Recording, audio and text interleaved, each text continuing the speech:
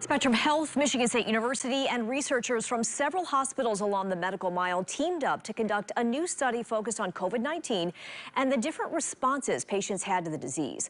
For tonight's 7 Conversation, I talked to the senior author of the study about the findings and what they could mean for treatment. So, Dr. Raja, you teamed up with, Spectrum Health teamed up with Michigan State and really a bunch of organizations to put this study together. Yeah.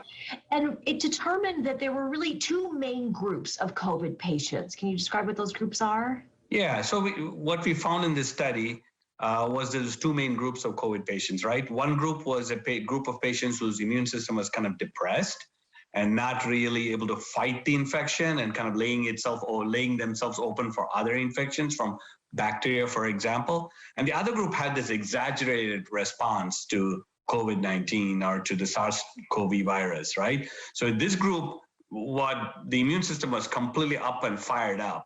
And so you were starting to see the effect of collateral damage, right? So when the immune system is fired up, it's like almost like an autoimmune type phenomenon. And then your own body starts getting damaged by your own immune system. So that was this one group. So those are the 2 main groups we saw in this study. What does this mean in terms of treatment?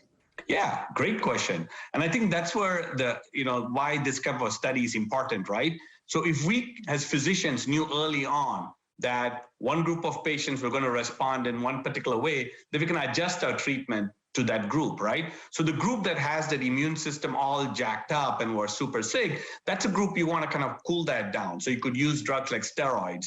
There are drugs that we use to kind of, cytokines are this bad chemicals in our body. They're kind of helpful because they fight infections, but they're also kind of hurtful because they hurt our organs. So there are drugs that can kind of bring it down. So we can use those drugs to control the immune response.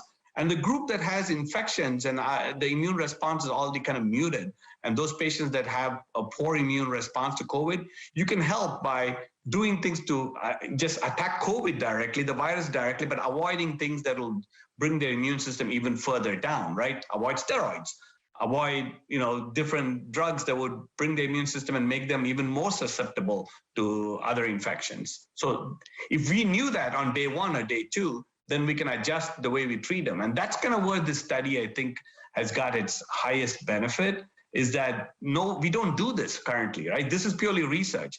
So just imagine if you get to a day where we could do a whole RNA sequence on these patients on day 1, right? And that information can then be available to the treating physician at the end of that day 1, we would change the way we treat these patients. That's kind of what the study team, when we looked at this, we were like, wow.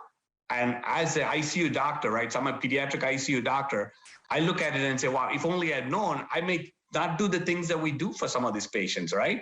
But this is why we do research, to understand those mechanics of disease.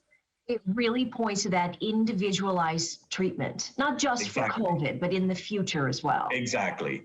And Michelle, what you say is truly important, because if you think about it, the virus has been changing, right?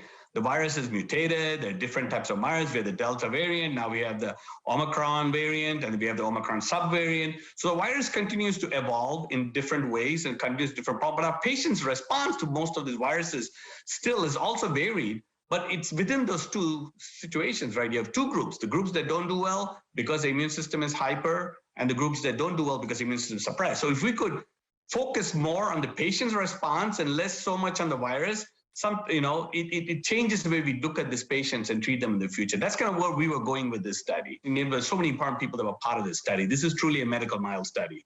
Yeah. No, that's great. Great. Really appreciate it. Thank you so much. Thank you. Appreciate it, Michelle.